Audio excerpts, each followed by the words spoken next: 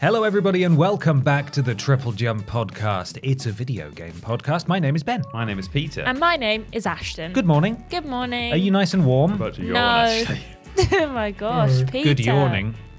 It's not warm, is it? No, it's not. In I fact, felt that coming. incredibly cold. I thought he's about to ask me how I am or say good morning, and the first thing I'm going to do is... I'm very well, thank you. Good. I'm good too. You sure? Yep.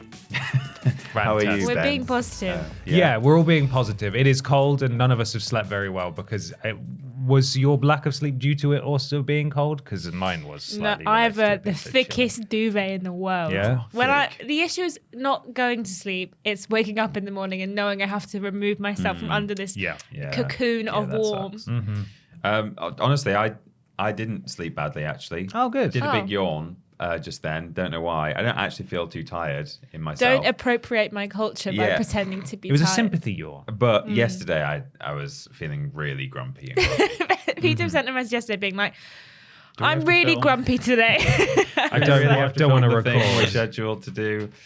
We And then can do Ashton it replied next and week, said, it's "Oh my fine." god, I'm grumpy too." So I'm grumpy too. Yay. Yay. 2 grump. And I'm still grumpy. So, you know, taking one for the team. Yeah, Carrying on the grump. Let's see if we can keep it going all the way through the rest of the week, shall we? Welcome to our video game podcast.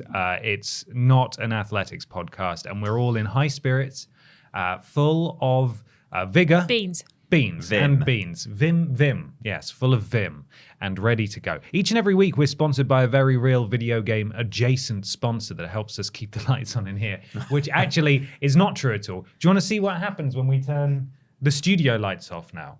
So we have Sure. two standing, well, one's standing and one's hanging from the ceiling that face us. And then, of course, we always have the light switch The overhead on. lights. The main overhead lights. And that's one off, one studio light. If you're listening on audio, There we that's are. it. Spooky. That's it. I think we should do the whole podcast like this because this is really cozy That's actually, yeah, that'd be It good. feels very nice in here. Yeah, it feels like It's very soothing. It's like the lights are going to The flick up perfect and we're going nap to start room. delivering the evening news. Yeah. Yeah. Hello and welcome, everyone. Look at the logo as well. Yeah, it looks Silhouettes great with look all the great. lights You on. can tell who each of us is. It's Yeah. fantastic. You're really missing out if you're it listening. feels like we're on a true crime Crew Trime. a true crime show and we're like does. hiding our identity. Look how good the lights look on the mixer as well. wow. They're so We vibrant. should do this all the time. This is not. Well, this should be our nap room now. Yeah. Oh my god. don't Before I say get up that. and turn the lights back on, the point that we're trying to make here is that the lights literally are not on. All the anymore. bulbs have blown. The last bulb blew this morning when I turned it on. So please do keep sending in adverts for us. Because we Yeah. actually have to Real buy some bulbs Yeah. and keep the lights on here. So does that mean Yeah, cover your eyes. does that mean we've Jesus. been lying in the previous podcast where we've been saying it helps keep the lights on? Because it hasn't done. It keeps one of the. Well, it's kept These one of ones. the Keeps those lights on. And one yeah. of them, yeah. Anyway, should I tell you what this week's sponsor is? Yeah, Because you've I've got got it. it. Please. You know those cats that are like real fluffy. You Yeah. know, and they're Sort of kind Bond of. villain ones. Yeah. And normally they're like a bit posh and they're quite expensive probably if you want Okay. like a purebred one. So most people won't actually get the cat themselves. They'll just, if they really like them, they'll get like a picture of it. Right. Well, there's a website that's having a sale and they wanted us to let everyone know they're having a 50% off sale.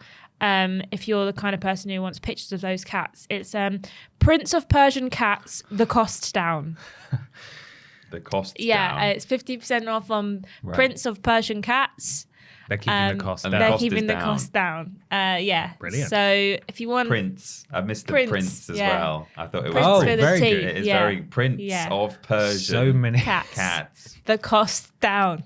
Yeah. Wow. Yeah. so many layers to Yeah, this yeah, very yeah. real thing. Thank you. It's not real though. Oh I'm man, I didn't afraid. even get a chance to ask any questions. No, well, I just thought you were just so baffled by how well I did with that I just think you didn't have impressed. Were any you a bit questions. offended Very that good. we No, were so no, impressed I wasn't offended. Wow, I just she's thought actually done a good job. I thought I'd quit while I was ahead. Right, You know, I right. thought before we dig any deeper and I stumble over something, let's just quit now while everyone's really happy with me, and Yeah. then it can't go down from there. It's not Prince of Persian Cats, the cost down. It's of course Prince of Persia, the Lost Crown, which is out Right, this just week, in but- case you didn't. Yeah, just in case you didn't know that. It's very good. Thank you. But unfortunately, not real. No. No. Patreon.com/Team TripleJump. That is our actual sponsor. If you go there, support us at the appropriate tier, you get access to tons of stuff, including early access to weirdest and worst games, exclusive access to main menu and rules boss, asking questions on this podcast, and even more. Whoa. At different tiers. Go check it out. Patreon.com/Team TripleJump. TripleJump.mup is our website. That's where you can find links to our YouTube, our Twitch, our Discord. If you want a cameo from us, you can get it there. TripleJumpShop.com to get some fantastic merch. No, the merch is still not ready. Yes, we have finalized our design. No, we don't know if it prints well yet. We will find out soon. Hopefully. It'll happen. We promise. Did we say that everything is ready except one shirt, which we got a sample through of and didn't like? Didn't so print we've sent it properly, back. So yeah. So we're that's what working on waiting it. Just Hopefully the last that'll- shirt design. You can get plenty of other amazing stuff there. Yeah. You can get this track jacket. You can Whoa, get, he's double you can get jacking. this hoodie. You could even get this. You can't get this shirt. And you can get a shirt like you it, can though. get this jumper that's Yeah. very You similar. can get that shirt. That jumper. I almost wore the new jumper that's coming out at some point soon Spoilies. today. And I thought, if I wear that, I'm going to have to take it off for the podcast and it's Yeah. going to be freezing. It's- So I made a conscious effort to go back into the house and change jumper. It's very sensible. Yeah. Well thought ahead. Thank you. And once again, patreon.com/Team TripleJump. There's a big video coming out on the channel, a great video, one of the best videos coming out on the channel on Sunday. Isn't that right? One of you. Yeah. Yeah, worst games ever, Ants Extreme Racing. Yeah. Is it really a really good one? I think it's a great one. Oh, cool. Yeah, I reckon. Ciaran did a great job. Yeah? Yeah, it is. It's a good one. Just hyping up our content, guys. Yeah, Let's no, get into it. Yeah, Come on. it's exciting, but and I am excited too. It's It going just to be sounded great. like you were leading up to like a huge Yeah. rank list. Right. or Yeah, that's what I something. thought. And then It's I not thought, a rank list. oh, Sorry man, to disappoint everyone. It's just worst. maybe games. this worst game is like the best one you've done in ages. It but then is I a really thought, good one. I then enjoyed thought, it a lot. You've not really mentioned it very much. So maybe they're keeping it on the DL, waiting for us to react to it in our own time. But oh well, I'm excited now. Yeah, you'll love it. You'll have Yeah. a great time. Huge in quality. It's not huge in length. Yeah. It's the usual length. Big good. Yeah, it is big good. Yeah. And it is not going to get us demonetized for the first time in a while, it That would feels be like. nice, wouldn't it? Yeah. We've been running into all sorts of issues on that front. So check that out on Sunday. If you're a patron of the appropriate tier, you will have already seen it because it came out on Friday. I'd also like to give another plug to the true story of E.T.'s Desert Burial that did end up releasing last week. Go give it a watch. It's a great video too. Lots of big good in there as well. Should we get to question one? Let's. It's come from Rock Reese, who says, "Hi BAP, I started BG3 this year, and can you even believe it? I love it. I was surprised how similar it was. I was surprised how... I got it right. Okay, Yeah. I was just thrown off by the spelling of similar. I was surprised how similar it was. How it presents and plays to How similar it was and how it presents and plays to Dragon Age. is what it should say, but Yeah. doesn't. It doesn't say that, no. To Dragon Age. As Dragon Age is one of my favorite games ever. Sorry, Rock Reese, for butchering this. This has created a worry for me of the next Dragon Age being directly compared to BG3. Then, of course, BioWare would be blamed, and they've been seemingly on the chopping block for a while. Anyway, my question to you is, are there any games you love that are completely overshadowed by similar games that unfortunately just executes mostly everything better? I got there in the end. You did it. I really struggled there. Just maybe I am tired and I don't realize. Maybe you are. I think I am. Yeah. Thank you, Rock Reese. Well, I've brought an answer along to the actual an example of a game like that, but also what do you guys think about that? I think hopefully, I mean, I'm not a particular Dragon Age fan, but hopefully for the sake of Dragon Age fans, because it's already a long-standing franchise and series, it has itself to be compared to, and it's not necessarily going to be. I can see that standards are raised all the time, and new games come out, and sequels to series that have existed for a while, such as Baldur's Gate, come out, and that raises the bar, and everyone does have to react to that. And people have been saying for the next Elder Scrolls game. For many years now, people have been saying, oh, well, since The Witcher came out, Elder Scrolls needs to be careful what it does. We'll see how that goes down if and when that game eventually comes out. But hopefully for Dragon Age fans, it's not just going to cost, the entire series and cause BioWare getting into big trouble if it's not quite as good, or if it's at least different to the way that Baldur's Gate did things, because it has its own precedents. Yeah, I think also like it's not coming out immediately afterwards. Yeah. Where there's like a bit of a gap. I mean, I don't know when the next Dragon Age is actually. I don't know if it's got a release date yet or something. They're working on sure, it. It's yeah. like the next Mass Effect. Yeah. They've shown us some concept art and Yeah. people working really hard on it. I think I'm thinking of Dragon's Dogma, which is coming out soon. Yeah. But I think that, you know, it's got a bit of time. I think that things will be compared to things like Baldur's Gate 3, purely on a level of this is what is considered peak. What have they taken from it? What have they learned from what they did well? Have they adapted to the way things have changed? I think that's more of the conversation that should be had, rather than this game's not as good as that game was, or this game's just not done it as well. That's like not as useful as, well, they've taken this and they've done it well, and they've done something different. I think we don't want games to just be doing the same thing over and over again, but it is always, like you say, about the next level, what's coming out next, what's going to change. And I think that happens a lot with a lot of genres that have changed over the last few years, for sure. We were warned, weren't we, by a few slightly butthurt developers that about don't Elden expect this all the time. Yeah, all right, this game might be good, but like there's a reason we've not done it in our games. And they were a little bit cross that like a game had done well and Elden that people Ring. were liking it. I think it was Ubisoft developers specifically Yeah. It was after Ubisoft, Elden yeah. Ring. Like, well, how you don't like us giving you a So I map thought with... hasn't it happened with Baldur's Gate as well? Probably. Oh, it probably has, Yeah. but it was, It was it definitely definitely- happened with yeah. Elden Ring. Like, well, we give you a map with 10,000 things on it, and you don't like that, and they don't give you a map at all, and you Yeah. love it, and it's like, well, you know, they're very different games. Why would you take pot shots? Why at something would you that's put doing your well? hat in the ring when no one was talking about you? Yeah, you're just making yourself look bad for no reason. Just like be you happy. it's all right. For your colleagues. I would love for the new Dragon Age and the new Mass Effect to be good. Mass Effect obviously is not what we're talking about here, but I have such little faith in BioWare now, and so few of the original people that made BioWare so special back in the day are still there, that I think comparisons to Baldur's Gate 3 are probably the least of Dragon Age fans' concerns. Like, we'll see what state this game ends up being in. Fingers crossed it's fantastic. And as you guys have said, hopefully it will only be compared to other Dragon Age games, because it will be a Dragon Age game. Yeah.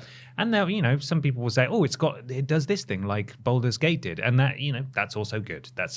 I don't think that'll necessarily be a bad thing. But there have certainly been games in the past that maybe they haven't set the world on fire, for example. And it could be because they sit firmly in the same genre or attempt a similar trope or gameplay mechanic to another game. And they are massively overshadowed. Do you have one, Peter? Diddy Kong Racing, I think, which is still, you know, definitely has its audience, and a lot of people look back on it and say, hey, that game was good, but it's never even sort of in top 3 kart races. People talk about Mario Kart, they might talk about Crash Team Racing. Maybe it would come in as a third in terms of name some kart races, and possibly people would say Diddy Kong Racing. Sackboy Ultimate Race. I can't remember what it's called. Sackboy Karting, probably. Indeed, but certainly compared most directly to Mario Kart, given it's the same platform as well. I think that Diddy Kong Racing is great. It's got a whole bunch of nice characters that you can enjoy, and actually, you know, it has unique characters which went on to do their own things. Banjo was introduced in Diddy Kong Racing. Tipped Up, who is a regular Banjo character, I believe, Banjo-Kazooie character.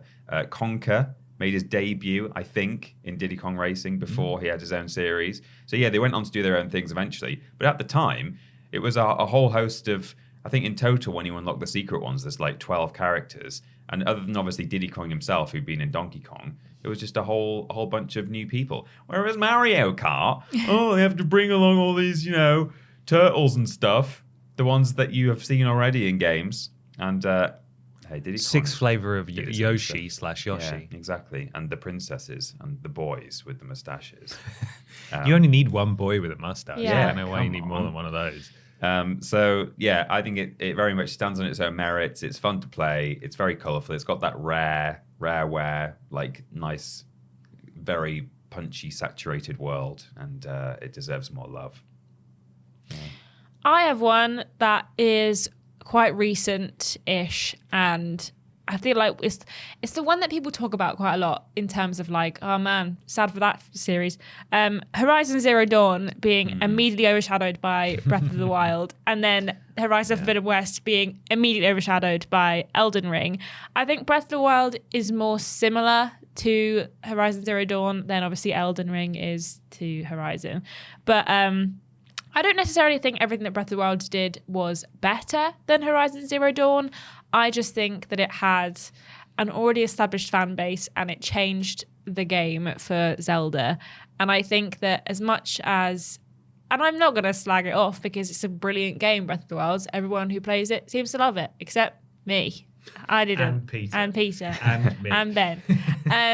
But I just, I think it always makes me so sad when I think about Horizon Zero Dawn, because I think those games are such brilliant games and they just cannot like escape the whole, every time you release something, someone else releases something bigger. And it's a shame for them. But I know that Breath of the Wild was great and they both had very similar kind of, not stories, but, you know, the world's in a post-apocalypse. You're in a big green area. There's bad machine monsters. You use a bow and arrow. Very similar kind of vibes, but it always makes me sad when I think about Horizon Zero Dawn because it deserved its flowers and it simply never received them. Next Horizon game needs to allow you to build wacky contraptions. Yeah, you can build your own mechanical monsters. Yeah.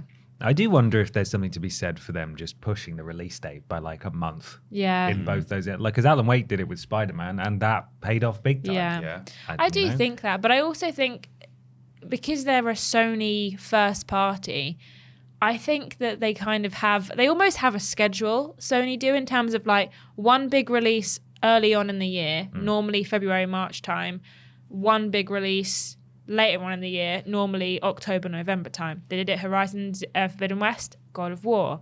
Then they did, I can't remember what was early last year, but then it was Spider-Man towards the end of the year. This year you've got Final Fantasy VII Rebirth launching February, and then we'll probably get something. And Helldivers. Yeah, woo! Who's excited for Helldivers? So excited.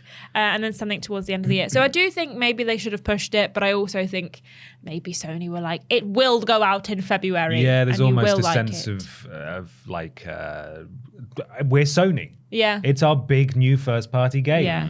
Nothing can get in its way. First quarter, they have to get something big out. Middle of the year, they get a indie, like a double A, like your Chia, your Kana. Yeah. And then at the end of the year, they do another triple A.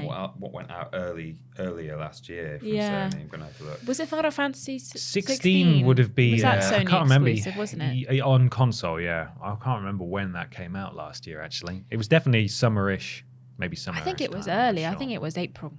It may well have been. I honestly can't remember. No. It feels like a lifetime ago now. Yeah. Do you have one? I do indeed. I'm going to talk about Singularity, which was a first-person shooter from Raven Software, who are on eternal Call of Duty work now.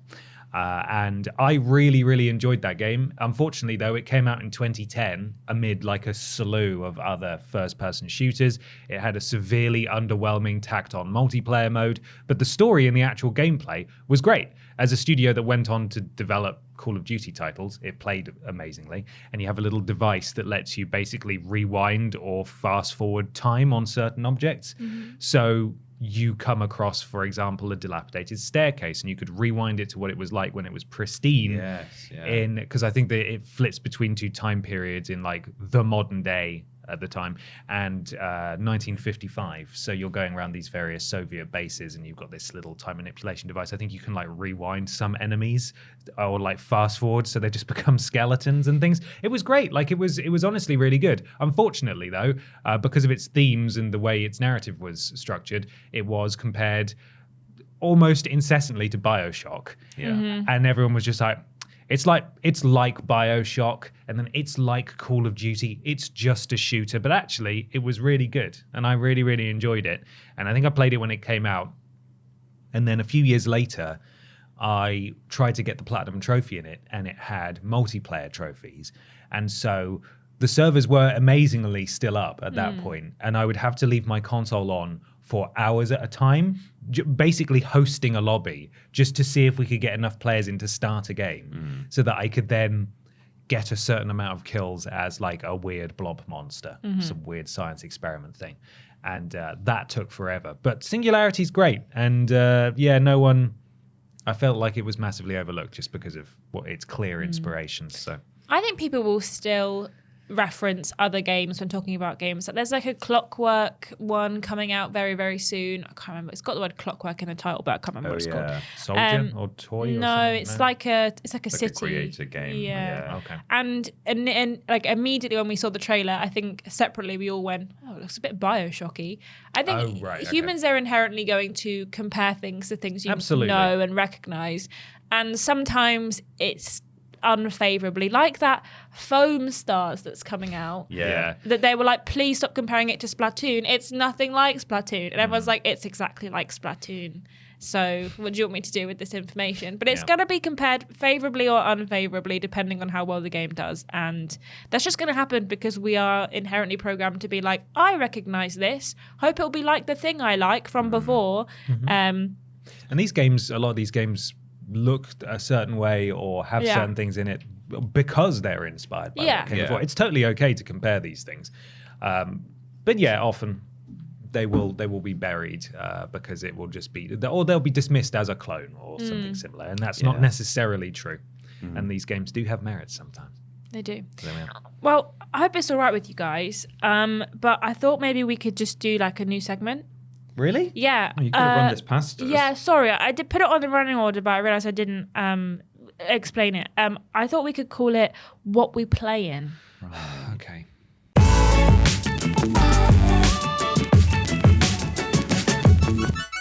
It's What We Playin time. Time to talk about the games what we have been playing. Peter Austin, what have you been playing? I have been, as they say, all over this week. Whoa. I got PlayStation Plus for a month. Whoa. Just Tentatively. the basic one. Essential. No. Oh. The what? I forget what they're Extra? all called. Premium. Extra. Extra's the middle The one. Read all one about where it. I can access, I think, all of the games. No, is that That's premium? Premium's Premium. the top tier with the PlayStation, with the classics and Yeah. stuff. In. Yeah. Is that what I you must went for have the big that. boy one? Yeah. You must have that. I don't Forget know. what they're called. I just put my credit I'm card lost. information in and Yeah. they let me play Spyro. Well, so. because of the way I did it was, I wanted to play Tekken 6 and 7 with Tekken 8 coming out because there's some. I pride myself on being quite a Tekken fan up to Tekken 5, and I know about all the characters and their like the way they interact with each other and stuff. But then from 6 and 7, I only played them both a little bit, and I was like, "Who are these people? What?" And I realized Tekken 6 is available as a classic game or something. And so the way I did it was I just went onto the store and it said, oh, it'll cost you however much, or you can get it via Plus. Click here. And I clicked and just gave them the money. The system works. So whatever tier it is, it's that one. Okay. The so- Tekken tier. The Tekken tier, indeed. But I played a lot more. I played all sorts of stuff because I started like looking through the library. So Nice. I played Tekken 6, which unfortunately is actually the PSP version. I don't know why they didn't put the PS4 version on there. So while they have upscaled and upresed the models, It is premium. premium, okay, and all the graphics of when you're fighting look good. All of the HUD and menus and UI and stuff is all really pixelated. It's all just like stretched up from probably like 480p. It feels like. So that was a bit annoying, and also it took ages to load each level in. So there's no like increase in performance or anything. It's just the same as always. So I played that for a bit, and then I moved on to Tekken 7, thinking, oh well, that had a good story to it. That one, I just I went on the store and you could only stream it. Oh, is it a PS3 one? Yeah. Well, I guess it must be. Yeah. So They need to sort that out. yeah. So I found that even now, I was like, okay, it's been a while since I've streamed a game. And back when I played Bioshock or something, and I really struggled with it. This was back on, it was years and years ago. I was like, okay, I'll stream a PlayStation game. I bet it's a lot better now. It was still a little bit laggy at times. And I thought for a fighting game that, I already find quite difficult to begin with sometimes, I thought, I'm not doing this. So I played a bit of both games. And then I went off looking through the library. So I've played Toy Story 2, I've been 100%ing every level that I've come across. So I'm like 4 levels in, but it's taken a while because I'm like collectathoning my way around. I've downloaded the Phantom Menace, which has just been added. Yeah. Does it have trophies, Toy Story? I've not been popping any trophies, Oh, so okay. I suppose Because they added them to some, but not all. I Yeah. don't really know why. I haven't noticed any coming up. Although maybe it's just because I've disabled notifications. I don't know, but I don't think so. Phantom Menace as well. I'm going to play, and then also not on Plus. Last night I played through the Prince of Persia demo as well, so I was debating whether or not to get it. I had a lot of fun with it. The only thing that I'm less keen on is the fact that it is it's very Metroidvania. So I think there's a lot of backtracking and sprawling levels, and like you can go up and down and left and right, and it's not just a run to the right kind of side scroller.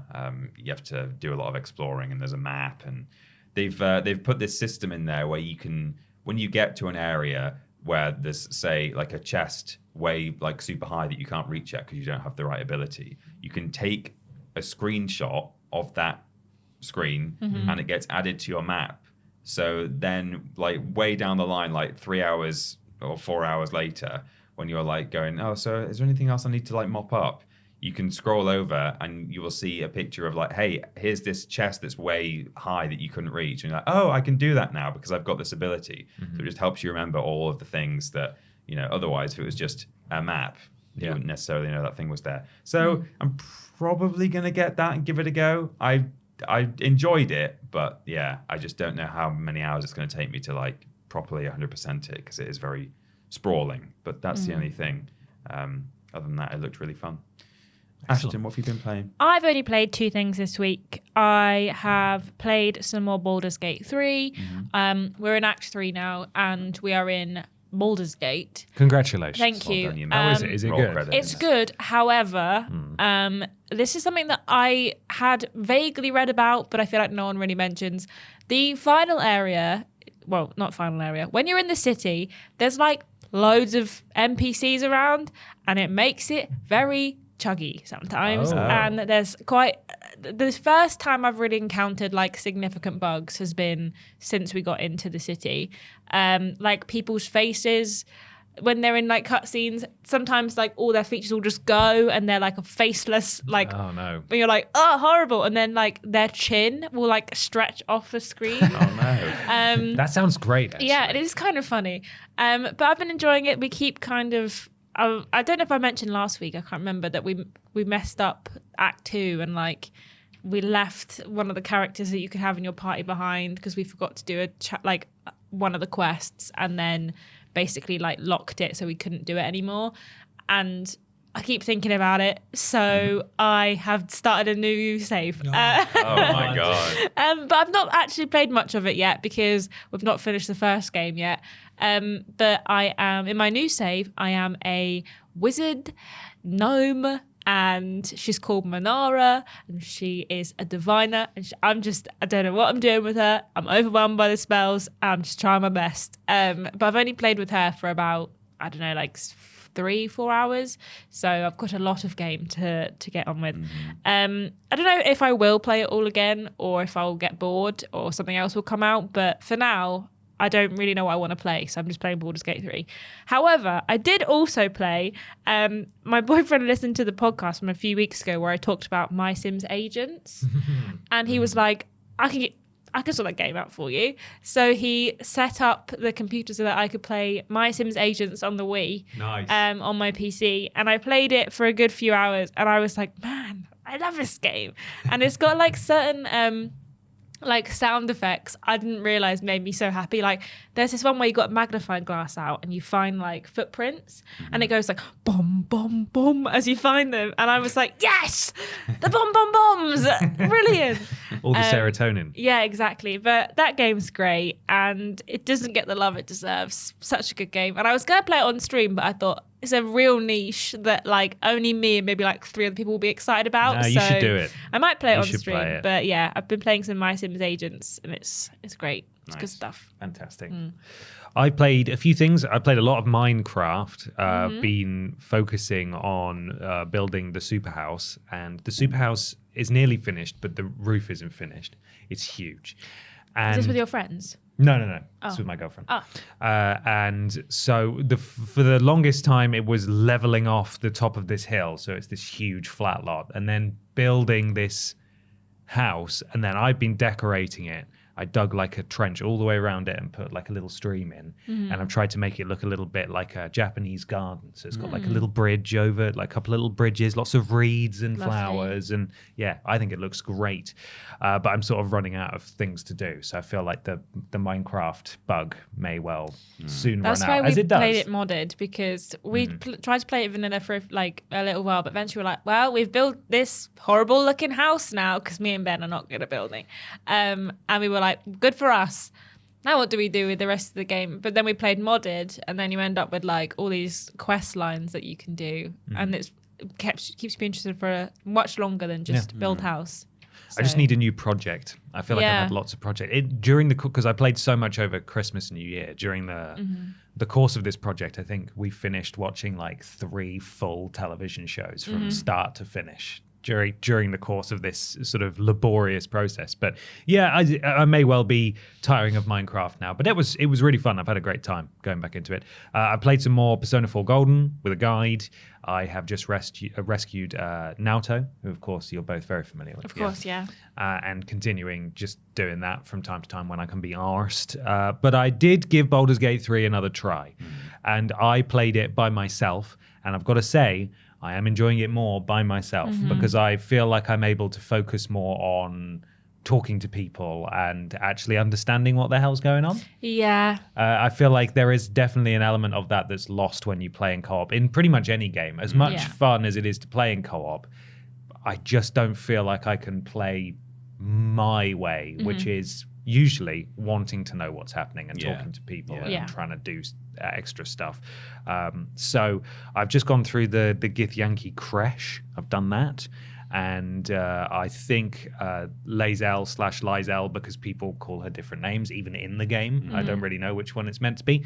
I think she wants my character. She wants her. Oh, goodness. So, and Karlak does as well. But Karlak's on fire, so that can't happen just yet. So that we'll see what happens there. But I'm still not blown away by it or particularly taken by it to the degree that I would really like to be. But I'm definitely enjoying it more as a single player experience than as a multiplayer experience. Right. So I'm gonna keep trying to chip away at it. I don't know that I'm realistically going to finish it, but I'm certainly going to play as much of it as I can. While juggling other things until the next big game comes out that I want to focus on. So yeah, the Baldur's Gate 3, played some more of that, and I'm liking it. Good. It's nice. Well, it's time for question 2 now. Comes from Quinn. Hi BAP, recent rumours have circulated about Xbox viability in the home console space. Word is they're considering releasing exclusives on other platforms.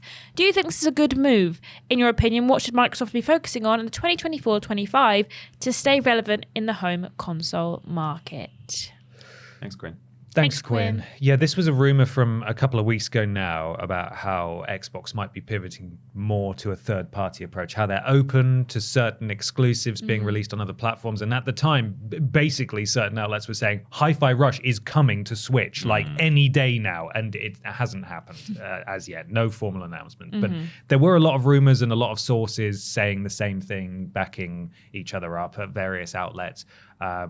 And it is definitely something to, that's worth discussing because Xbox is trailing behind in terms of console sales. Well, I saw a quote, a guy on stage at flipping, what's it called? The most recent thing?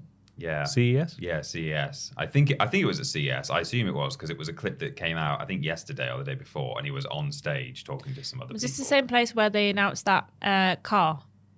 Yes, and the Mario AI thing. Yeah.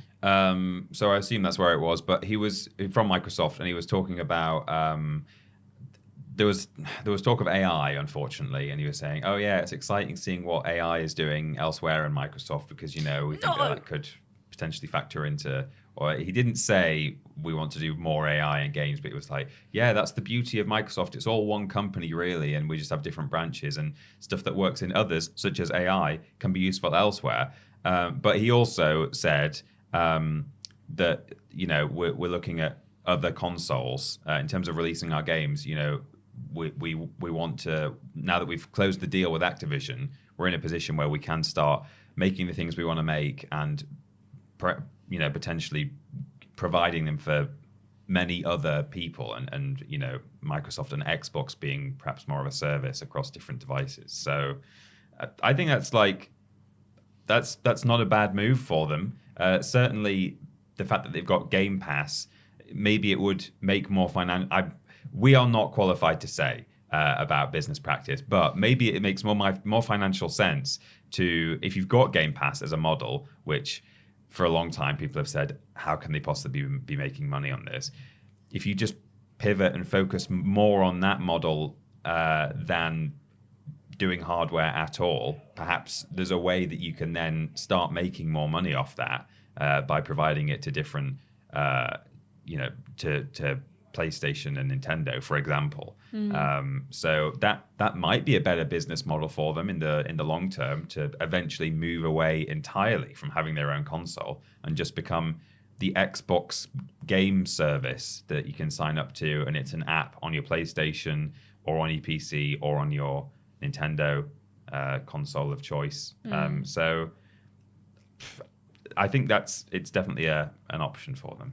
I think that is a great point, but I think there's absolutely no way in hell that Sony would ever let Game Pass be on a PlayStation app. I don't think. Do you think? I don't think they would, because even in a post Xbox hardware world, I can't see them ever being like, yeah, put your subscription service on our console, when they have their own subscription service that they think rivals Game Pass. Yeah. I don't think it does, but I think that they would be like, well, we don't need Game Pass because we've got PlayStation Plus. It would need to be a very different model. It would need to be different. As a platform holder, PlayStation already sells and wants people to buy games from them. That is true. So Game Pass would have to pretty much just be Xbox exclusives. Yeah, they wouldn't be I able think to. for the exclusives, I think that it makes sense for them to say, oh yeah, put that on our hardware, and we'll take a cut of sales and stuff. But I can understand the point in terms of what we currently call multi-platform games.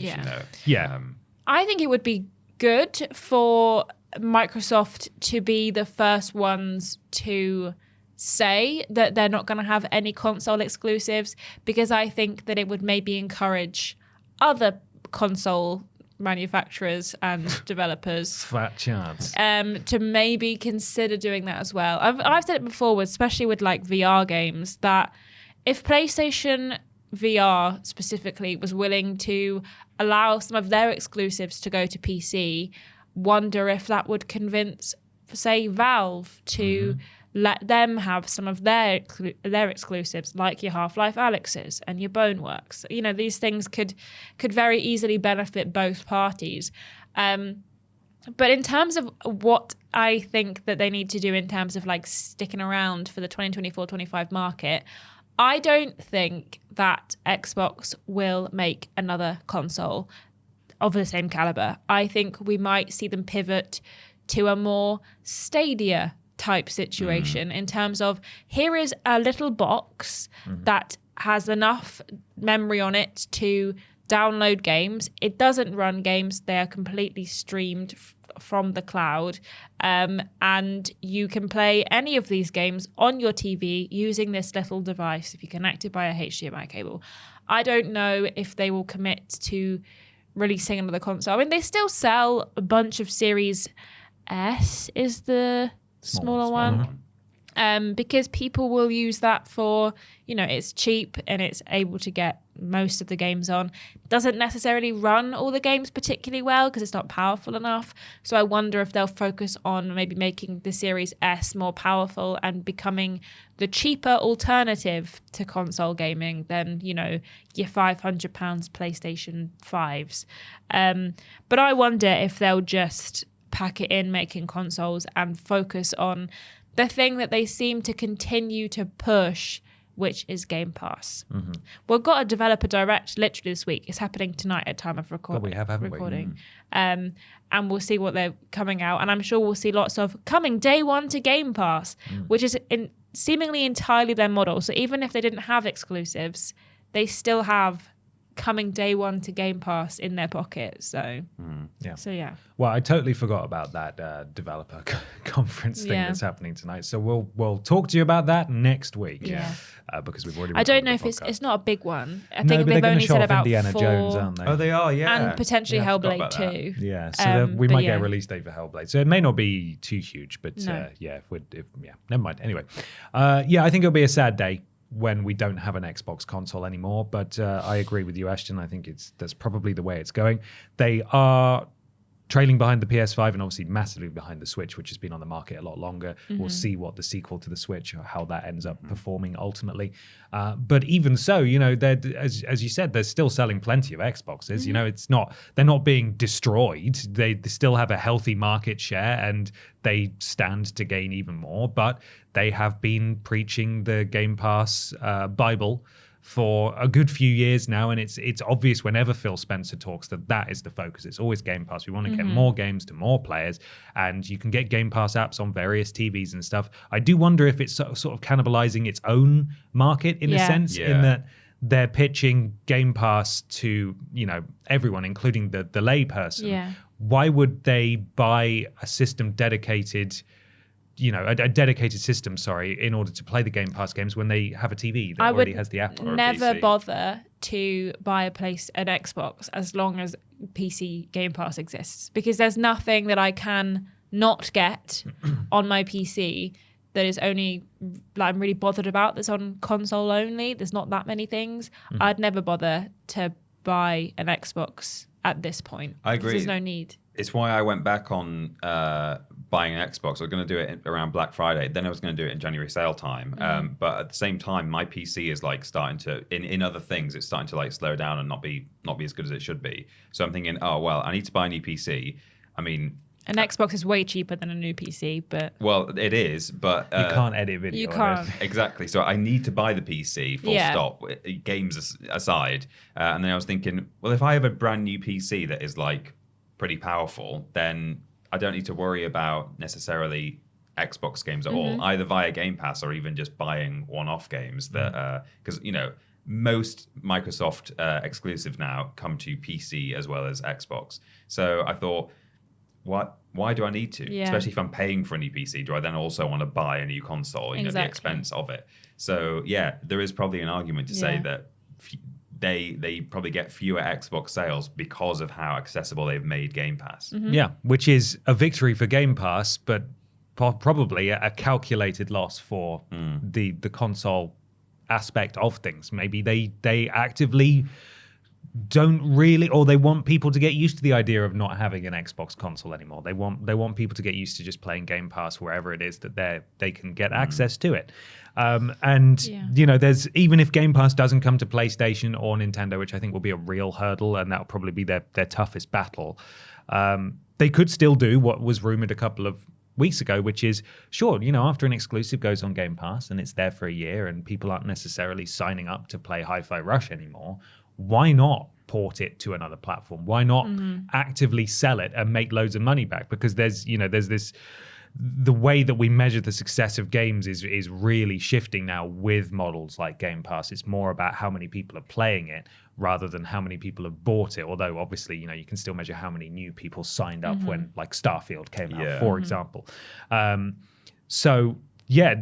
People, I imagine Hi-Fi Rush had probably quite low sales because everyone's playing it on Game Pass by design. That's the point. So why wouldn't you then just make a load of money from all the people who haven't yet been able to play? Yeah, on a different platform. It makes perfect sense. It really does make total sense to me. Anyway, in terms of what they could do to stay relevant, console wise next year, I don't know. They release a lot of cool limited edition consoles that I'm kind of sad that PlayStation haven't followed suit with.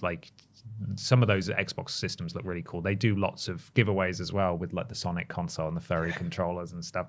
That's fun. But outside of that, ultimately, all I could think of was an Xbox Series bundled with a year of Game Pass. And then that got me thinking, well, if they've just got Game Pass, why don't they just use Game Pass on their TV or whatever? Why would they need the console? So it all, as I said earlier, it all feels very calculated. The problem that Stadia had was that they went from cold, like nothing, to immediately like, okay, here's Stadia, everyone sign up for it now, you can get a little thing and blah blah blah. Whereas Xbox is already like a brand that everyone recognizes. It's in loads of like millions and millions of households around the world. It's a brand that everybody recognizes, and so what if they were to adopt a similar approach to Stadia, like you guys said, then they're in a much better position than Google were. That they can slowly phase to that rather than just going, okay, here's the future, take it or leave it. And they've got the back catalogue of games as well. Whereas Stadia, I mean, I can't really remember now off the top of my head, but I'm sure some older stuff was added to Stadia that had already been available elsewhere. But a lot of the Stadia stuff was like, hey, here's some exciting new stuff, and it was like, all right, what is this? The only thing that looked remotely exciting was the Quarry, and that came to everything else in the end because Stadia had imploded by then. And I was interested in, obviously, Orcs Must Die 3. Yeah. But that was just they even said from the get-go, this is a timed exclusive. And I was like, okay, I will wait. Xbox can say, well, hey, you know what's on Game Pass? Loads of good stuff. Yeah. But I also think, like, I've not spent the same amount of money as a console yet, but I've had Game Pass for 2.5 years, almost 3 years maybe. I think I got it in 2020. I'm not sure. But that's like what, £10 a month for like 36 months. So maybe I've spent about 360 quid on Game Pass.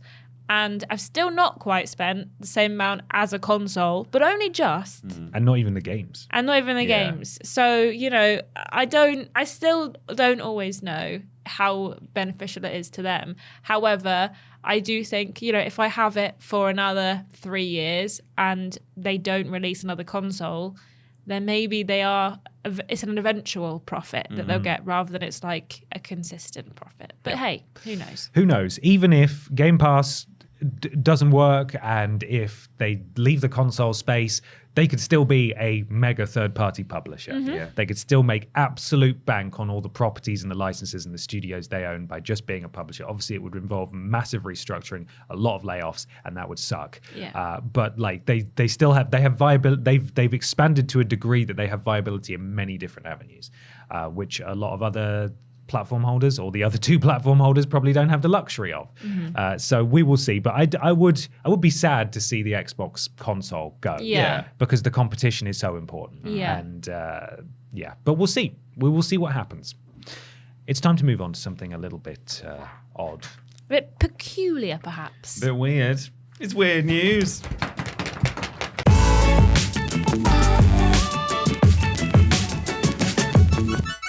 It's weird news time for some weird video game news. Remember, if you'd like to send us some weird video game news, you can submit it under the relevant social media post that goes out on a Tuesday.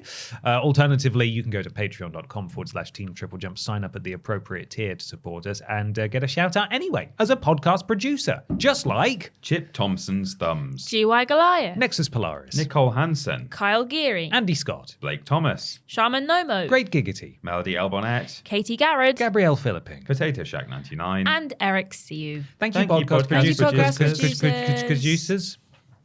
You got a weird one, Peter? I've got a weird one. It was submitted by Jonathan Wong on Facebook, who I am giving honorary top fan status, even though Jonathan Wong doesn't actually have top fan status. I could have sworn Jonathan Me too. was a top I was fan. surprised to see it. Maybe Jonathan Wong has lost top fan status. Can you do that? I thought are you not a top fan for I life? don't know. We need to get one of those big total wipeout courses and make him run it. Who is the toppest fan? Who is the toppest fanist?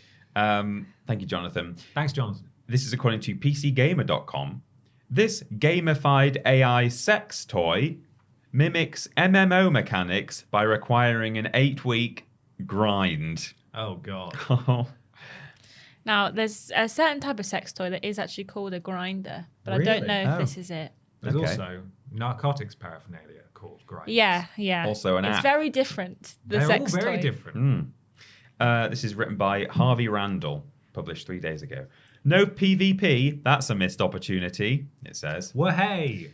MMOs have PvP in them. Yeah. That stands for player versus player. That's and sex things usually involves sometimes more than one person. Yeah. So that's the joke.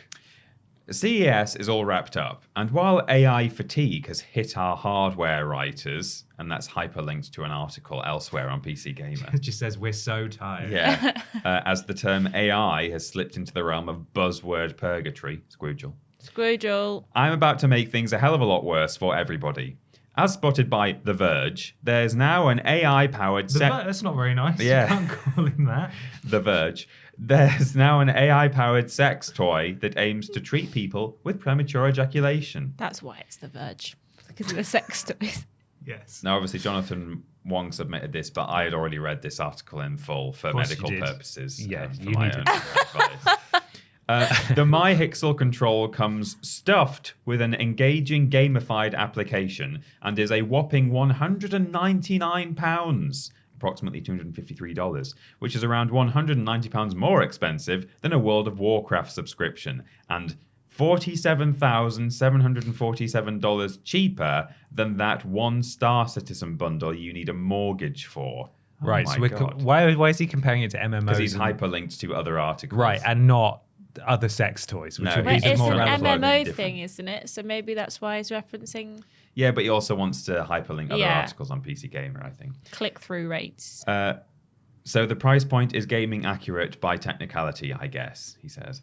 You're buying more than just a sex toy, though, says MyHixel. The control is designed to help its users control and prolong their ejaculation time while also improving their overall sexual health via a grueling 8-week gear grind to get your own sexy best in slot. Ooh. What? Ew. Yeah. What? It's a familiar time schedule for anyone who's tried to gear up for endgame raids in an MMORPG. I have not tested the MyHixel to see if the more DOTs guy shows up, more dots guy shows up to shout at you while you're using it. I guess that's a reference to some MMO. What's more, the app has AI and machine learning in it, presumably to deliver a bespoke schedule that reacts to your unwanted any percent MyHixel speed run. Right, I have a question about the sex toy in and of Yeah. itself. What does it do? One would assume it is like a fleshlight, Sure. but maybe moves on its own. Right. Like a slug. Like You can see one end of it in the photo. There might be more Oh, photos okay. later So on. you would put your thing in that. You can't put your thing in that. That's Oh, I can't see. There's like an No, aux I cord. think in the other end, probably. It might be open at the other Show me end. the What's other it called end. again? What's The- it? Hey, what's it I'm called? going to Google it so I can look I at want it. to add it to my basket. It's by the MyHixel, MyHixel control. There might be photos later in the Control. article. Okay, yeah, it's definitely not shopping. It's Well, yeah, it's what you would think. yeah. It's one of them. It looks a bit. Right, okay. It looks a bit like.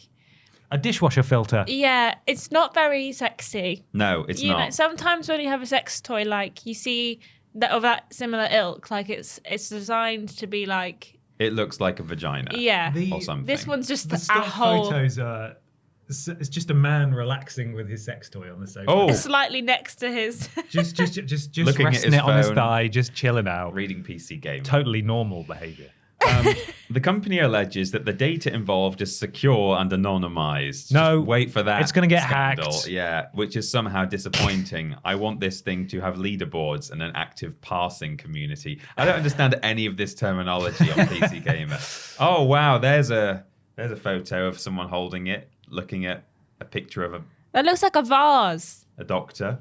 So what? Is there an AI doctor that says this is you It's shouldn't be quite doing? a stylish. That is a Sex slightly more toy. stylish. Yeah. It's still just a big hole, though. It looks more like a bum hole than anything else. Which, hey, if that's where you like to put your penis, that's fine.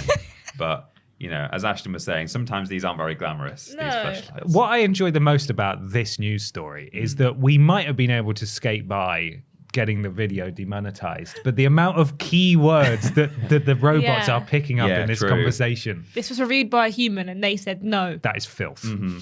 It it even off. advertises there'll be a team of sexperts you can contact in case you're confused by any of the instructions given to you by your new AI companion.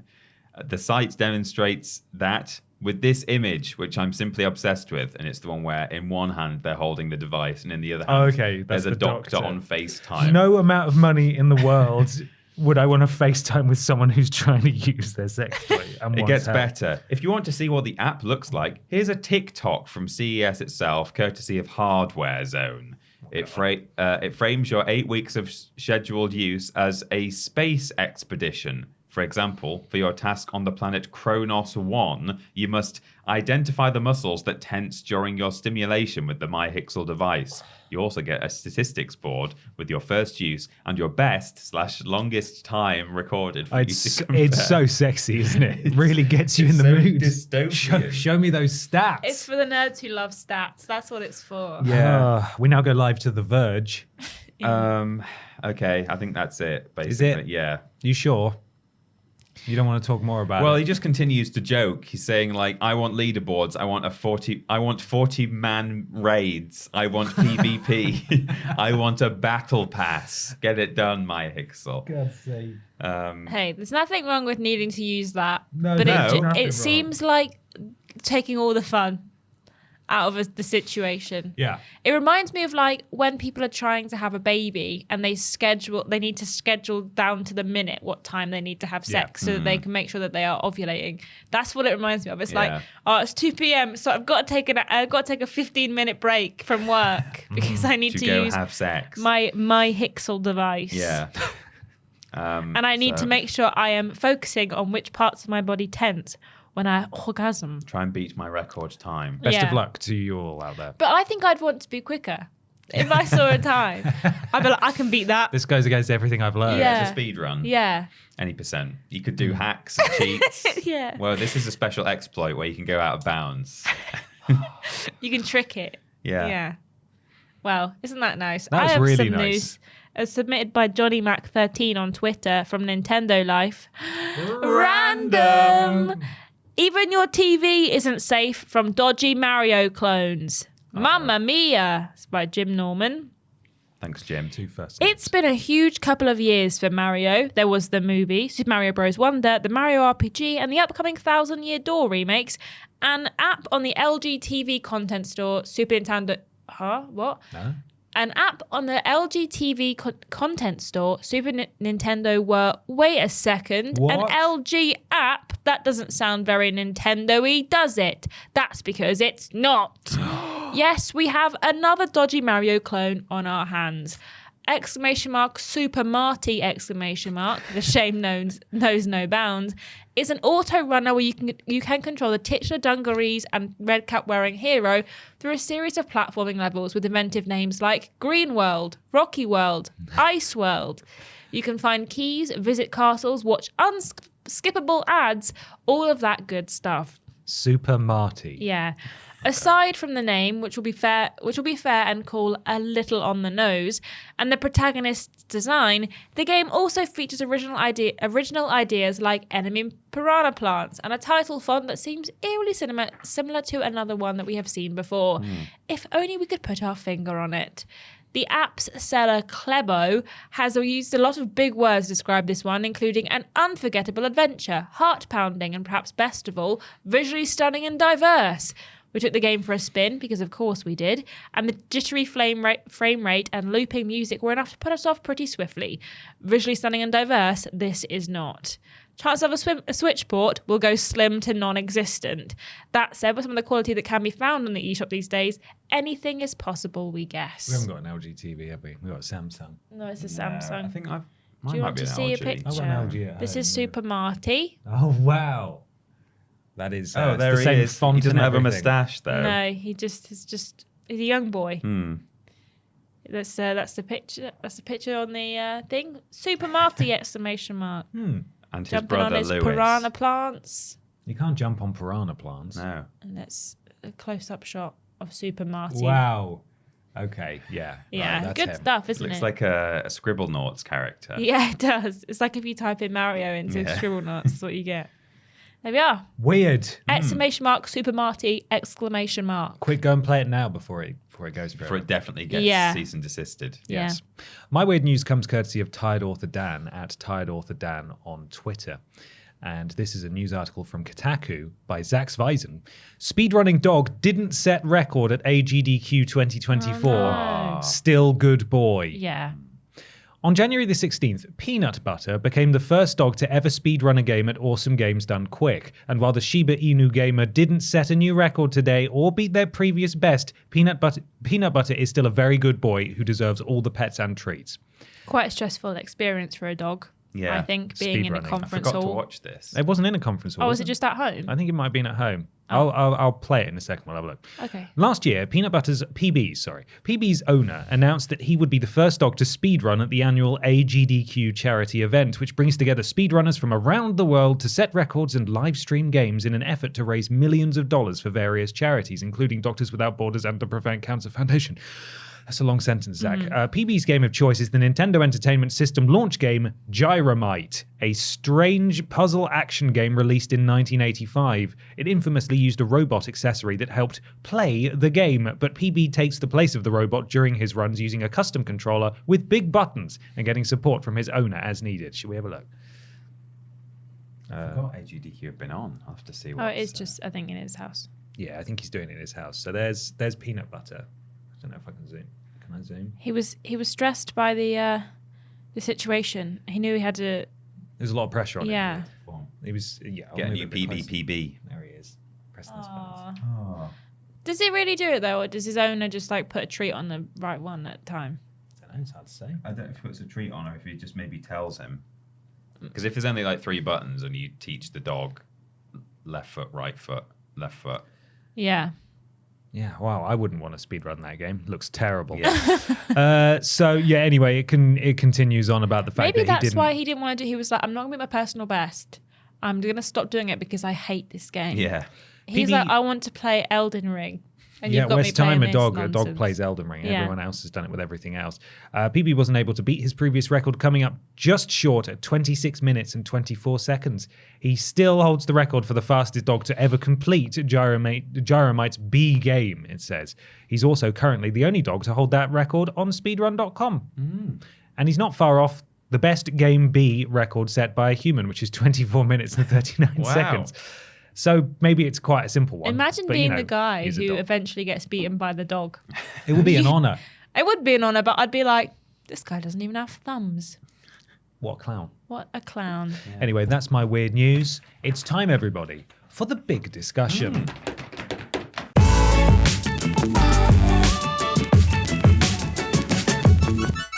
It's big discussion time. Time for the big video game discussion that this week comes courtesy of Liam Carpenter Robson, who says, "Hey Bap, an executive of Ubisoft has this week said, paraphrasing, gamers need to get comfortable with the idea of not owning games. Couple this with the news that Game won't accept trade-in of physical games soon." I don't know if that was actually confirmed, but I saw that it was rumored. I saw it reported, yeah. It feels like and Game is a UK retailer for people who don't know. Yeah. It feels like the industry is heading to a digital-only format. My question is this something we are going to just have to accept and get comfortable with? Do you have the full quote? I do. Because I think this has been slightly It's taken out of misreported, yeah. context. Yeah, it's been taken out of context. So here we are. This is from IGN and Wesley Yin Poole. An executive at Assassin's Creed maker Ubisoft has said gamers will need to get comfortable. Sorry, Peter. An executive at Beyond Good and Evil maker Ubisoft Oh, that's them. has said gamers will need to get comfortable not owning their games before video game subscriptions truly take off. Speaking to discuss the launch of Ubisoft's new Ubisoft Plus Premium and Ubisoft Plus Classics subscriptions, No, I'm not doing that. Philippe Tremblay, director of subscriptions at Ubisoft, explained to GI.biz what needs to happen before subscription services become a more significant slice of the video game business. He's Simon Miller. I don't have a crystal ball, but when you look at the different subscription services that are out there, we've had a rapid expansion over the last couple of years, but it's still relatively small compared to the other models, Tremblay said. One of the things we saw is that gamers are used to, a little bit like DVD, having and owning their games. That's the consumer shift that needs to happen. They got comfortable not owning their CD collection or DVD collection. That's a transformation that's been a bit slower to happen in games. As gamers grow comfortable in that aspect, you don't lose your progress. If you resume your game at another time, your progress file is still there. That's not been deleted. You don't lose what you've built in the game or your engagement with the game, so it's about feeling comfortable with not owning your game. I still have 2 boxes of DVDs. I definitely understand the gamer's perspective with that. But as people embrace that model, they will see that these games will exist, the service will continue, and you'll be able to access them when you feel like. That's reassuring. Streaming is also a thing that works really well with subscription. So you pay when you need it, as opposed to paying all the time. It's fair to say Tremblay's comments haven't gone down well with some gamers who prefer to buy their video games on disc as opposed to downloading them or streaming them, but it's worth pointing out that Ubisoft, like many other video game publishers, does still release its games on physical disc. While digital sales have grown as a portion of overall sales over the years, a significant portion of players still prefer to own their games. Tremblay's comments also bring up the issue of video game preservation. As more games go down the digital route or rely upon an internet connection to work, so does the risk that these games are lost to time when their servers are shut down. So he's not talking about... He's talking about subscription services. He's not talking about, hey, stop owning your games. Just get them digitally and we can take them away whenever we want. He's literally talking about it within the confines of a Game Pass, for example. Yeah. Well, and you said there in that write-up that, the comments haven't gone down well with gamers. I'll tell you what's not gone down well with gamers is the headlines that have quoted the quote that, that we've got from Liam as well. I'm not pointing that on Liam. I'm saying Liam is forwarding on the headline that has been put out by all these outlets, which is gamers need to get comfortable with the idea of not owning games. That sounds like someone, occasionally you get like statements from people and they sound like pissed off with the gamers. Like that guy, that Diablo developer who was like, do you guys not own phones? And it's like, that's not a good look. No. And it sounds like someone from Ubisoft has put a statement out saying, just massively out of touch. These bloody gamers, they need to get comfortable so with the entitled idea. about what? You pay for your game and you think you own it? Yeah. Nuh-uh. You need to get comfortable with the idea of paying for games and then we can take them away at any time. He's not instructing you to get comfortable with it or insisting that you do. He was asked what needs to happen for people to accept the idea of digital games, and he says, well, what needs to happen is people would need to get comfortable with the idea. That's how these things are going to, move forward, and how we have a change from physical to digital. As he points out the example of music. So few people now own physical music. Perhaps you might own like LPs and stuff for the kind of aesthetic value, but people don't tend to own CDs anymore. And the same, it's very much happening with film and TV as well. So I don't think it's an unfair statement for him to have made, but I still personally don't want to end up in a world where we are in a digital-only industry. I'm hoping that I'd like to think there'll always be an option to buy a lovely physical copy to put on my shelf, but that's not the case anymore with CDs, for example. Yeah, you can still buy like records because there is a slightly different kind of industry there, or a slightly different market. But maybe in a generation or two, they just won't be selling them anymore. I think it depends on the reason you're buying a physical copy. Yeah, like if you want a physical copy because you want to have the game forever in terms of being able to play it, then I hate to break it to you, but you're probably not going to be able to play it even if you have a physical copy of the game, given how much content still is downloaded from the internet once you put your game disc in. However, if you're buying it because you want to have a game that you can preserve and display and, have those physical versions for the future outside of just wanting to play the game, then I think owning a physical copy makes sense. And I'm not saying this because I want physical copies to go, because I like having a physical copy as much as the next person. But I think we have to be realistic and understand that, unfortunately, the discs that we are getting no longer hold the entire game because there just simply isn't the room for that information on most of these discs, which is why you plug the game in and then it installs and then you spend another half an hour downloading more content that goes in the game to make the game work. Yeah. And then obviously on top of that, any additional day one patches or any additional content from then on is massive in making these games playable. I would like there to be a resurgence of physical games. I think that it is interesting of game not to be accepting not like returns but trade-ins of physical games anymore. I think potentially that's their business model is struggling more so than Yeah, I agree. a physical copy situation. I just don't get it. Because that's like one of the things people go to game for. Well, I don't know if people. I mean, people do. People don't go to but- game I think anyway. it's the people don't go to game. I Yeah. think that's the problem. I It's not think if they're going to necessarily- trade it in, they might just go to like a CEX. I was going to say I would go to CEX first. I think it's better value. I didn't even realize the game did it. I think I'd forgotten completely that. I 'cause can't just remember the hadn't- last time I went to a game, let alone trade. No. Every time I go into a game, like there's nothing really of value. Everything's I full think. price. Yeah, everything's full price, and even the games that you like people trade in. Yeah. I never see any or out on the shelves like pre-owned or stuff. Like if you go to CX, everything's cheap because it was pre-owned, whereas in a game everything's brand new, and so most people don't want to pay for a £70 game. You want a Pikachu plushie though? That's Yeah. That's the the place thing. to There's go. Bit loads of game swag attack, in game now. yeah. It's mostly what they seem to be selling. Yeah. It feels like. But yeah, I think that I would like it to be. I'd like physical media to carry on, but I think unfortunately we are entering an era where physical media is going to die out, and I think unfortunately that's going to affect lots of other facets of society outside of just video games. So Yeah, it's like I do believe that he has been taken wildly out of context here because everything he's saying is absolutely correct. You know, people don't really want to own movies anymore. People don't want to own music anymore because it's more convenient to stream it. Obviously, there's a big boogeyman in terms of digital games, which is that what if licenses get revoked? What if servers get turned off? What if storefronts get taken down or Well, wasn't games there- licenses expired and games delisted and so on? Wasn't there an article a little while ago? I think it was over the Christmas period where a developer or someone had said that they have the ability to completely remove your access to a game. I can't remember what game it was, but I want to say it was Jedi Survivor, but that might not be correct.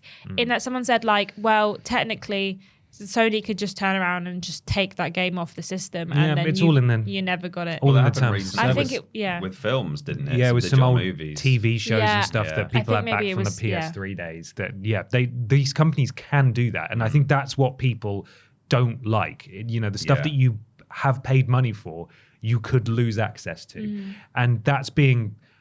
You're right. It's outlets that have intentionally done it. That's being conflated with what he's talking about, which is totally different, which is Game Pass style subscription services. And as you said, Peter, asked, what do you need to do to get more people comfortable with gaming subscription services? Well, get people not wanting to own their, more comfortable with not owning their games anymore. And they'd stream it like they would an episode of Friends on Netflix. Like, yeah, that's the answer, but it's been taken out of context here. Yeah. So yeah, I mean, I much prefer to have like a big shelf full of physical games. You go to supermarkets now, they don't sell physical games anymore. Digital sales are increasingly taking up more and more of, or making up more and more of sales. Game Pass, as we spoke about earlier, I imagine cannibalizing a great deal of Xbox's first-party sales by design, because why would you sell those? Why would you buy them if you could just get it on the subscription service? Alan Wake 2 last year was one of the latest in like a big-ish game to be digital exclusively and not have a physical version. And that trend is only going to continue. That's sad, and I would like to see a resurgence of physical games because that would be really lovely. I do often buy games digitally because it's more convenient. It is so much more convenient just to have it there. You log into any console at a friend's house or whatever, and you can download your games. Well, And we Especially both- something that you're not going crazy for. Yeah. Like, Yeah. I would definitely buy hard copies of something that I'm really excited for. I'm getting a special edition of Rebirth, for example. Yeah. Yeah, but like We Prince of both- Persia, I'm just gonna. Share like our versions of games with other people because it's convenient. If I buy a game on my console, me and my boyfriend can both play it at the same time on different consoles if we so wish. It's convenient and it saves me money. And I split the cost with my friend. Yeah, we just go exactly. halves on games. Like it's there are so many benefits.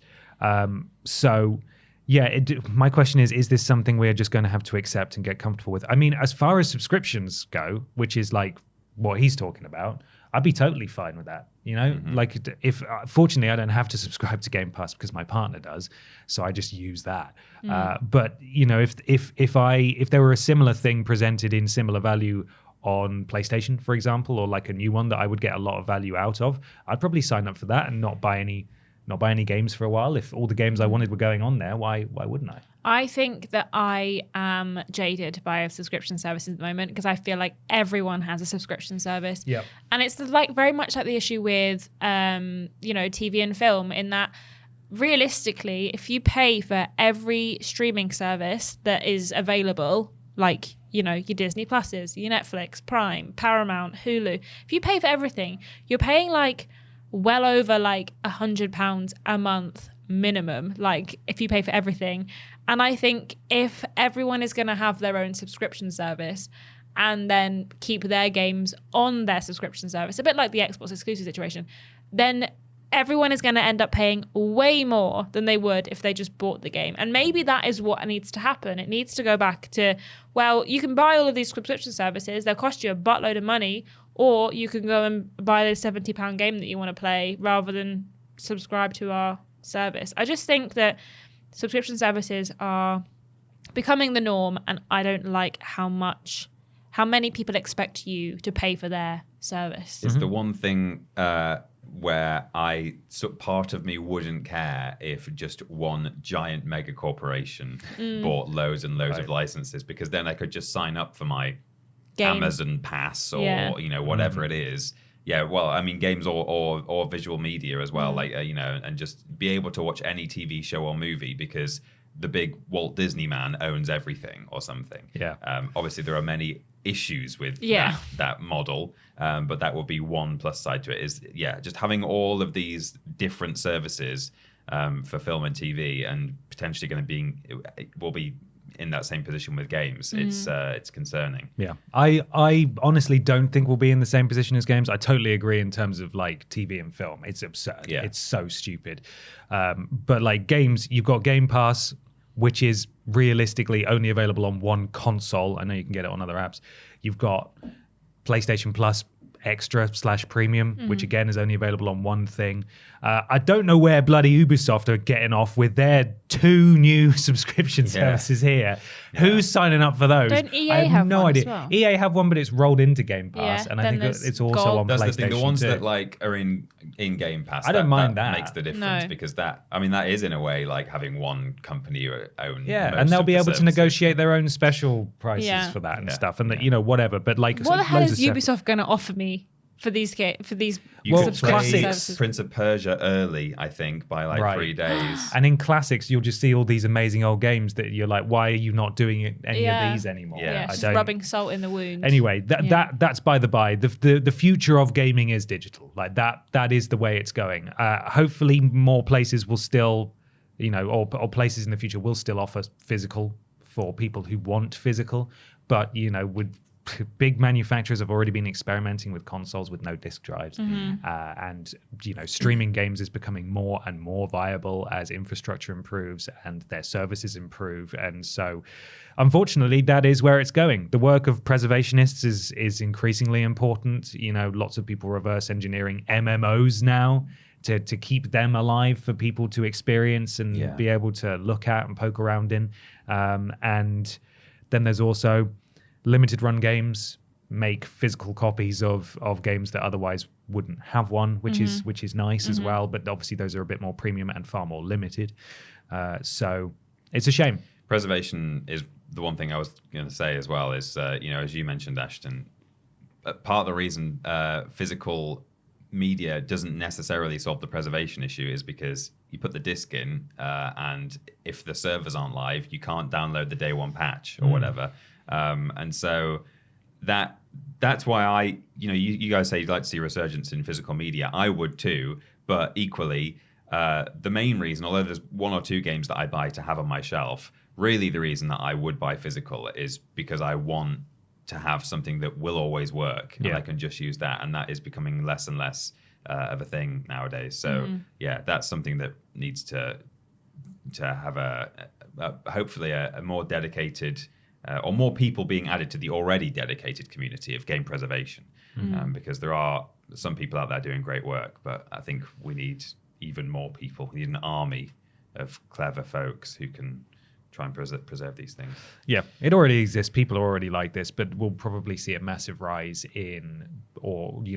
people will become much better at identifying which builds of games are available on which disc in terms of when it was printed. So, this is the third or fourth print of God of War Ragnarok. This came out like 6 months after launch, so there's a very stable build on here. This won't need patches and so on. But taken out of context, this guy, I think, bit unfairly. I hope he's not received any vitriol online. I'm sure he has though. No, why would he? People are so nice. Thank you so much for listening, everybody. There's a few places around the internet that you can find us as we now go to the outro, as it says here on the running order. Peter, where can people go? You can go to Team TripleJump, both on YouTube and Twitch. All of our videos go out on YouTube, and almost all of our streams happen over on Twitch. And if you've got Amazon Prime, talking of mega corporations, you are paying already for a Twitch sub, and you might not be using it. So you can go to your Amazon Prime and spend that extra thing on us, no extra cost to you, and it's a little special, wonderful bonus. Twitter, Facebook, Instagram, TikTok, on all of which we are at Team TripleJump, and of course patreon.com/Team TripleJump if you'd like to support us. TripleJump is our website. It's where you can find links to everything that we do, and why not leave a 5-star review on your platform of choice? It helps something to do with Al Gore's rhythms, and we'd really appreciate it. Thank you so much for listening and watching, everybody. Just enough time to hear about this week's sponsor once again. It is, of course, Prince of Persian Cats. The cost down, on sale now. The cost's down. The cost down. The cost? Question mark? Down. Down. Yeah. Catch you next time, everyone. Bye.